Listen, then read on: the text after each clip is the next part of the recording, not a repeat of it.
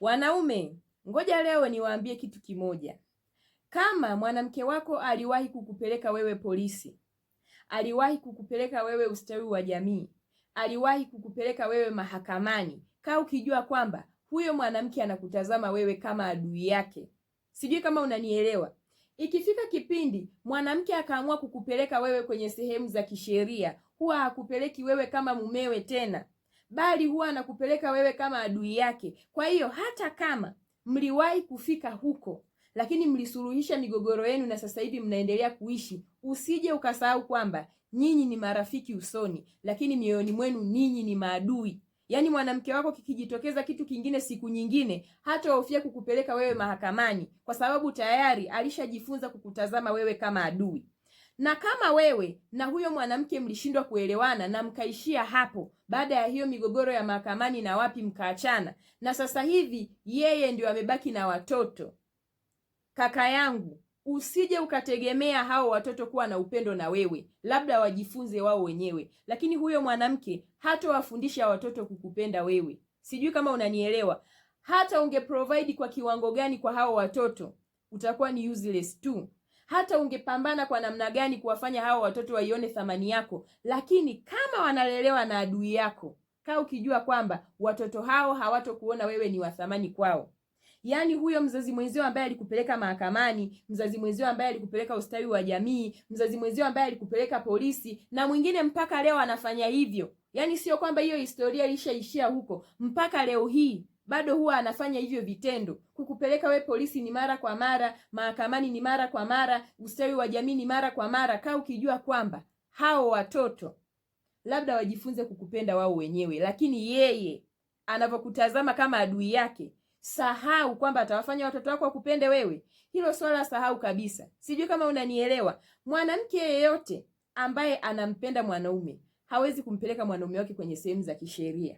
Na mwanamke yeyote ambaye ana roho nzuri, yani hata kama ilitokea mkaachana, mlishindwana, yeye atahitaji matumizi tu uhudumie watoto. Na hata wakati mwingine ukishindwa kuhudumia, yeye atanyamaza kimya. Huwezi kuona na kupeleka sehemu kama hizo. Lakini kama hakupendi, kama anakuona wewe adui yake, yani mwanamke atakupeleka popote pale anapojisikia, atakupeleka. Kuna wanawake wengine walishaachana na wanaume, lakini wana roho nzuri.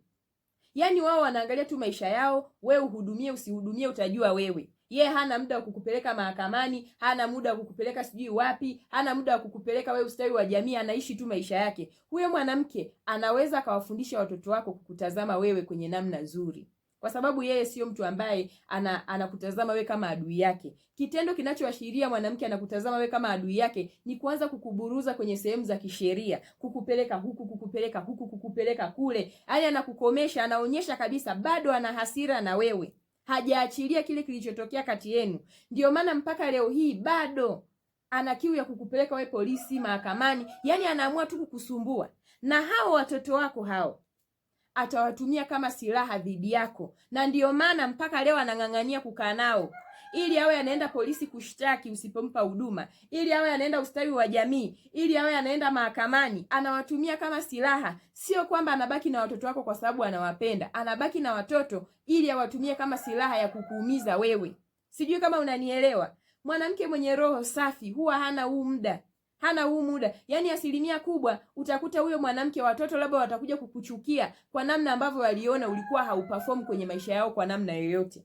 Lakini kwa huyu ambaye yeye mwenyewe anakuonyesha wazi chuki zake, wewe hata ungewapa watoto wako mabilioni ya pesa, utakuwa useless tu. Hilo kaa ukilijua. Mimi nakwambia ukweli kabisa. Usije ukafanya jitihada zako baadaye ukaja kulia. Kaa ukijua kwamba huyo mwanamke anayekusumbua sana, anakupeleka mahakamani, anakupeleka polisi, anakupeleka wapi, usije ukatarajia yeye kuwalea watoto wakupende wewe. Hilo sahau. Labda kama watoto watakuja wakue wao wenyewe, wafanye jitihada zao binafsi za kukupenda wewe. Lakini wewe usije ukategemea kwamba huyo mwanamke atasema wewe ni baba mzuri hata kama ukafanya nini.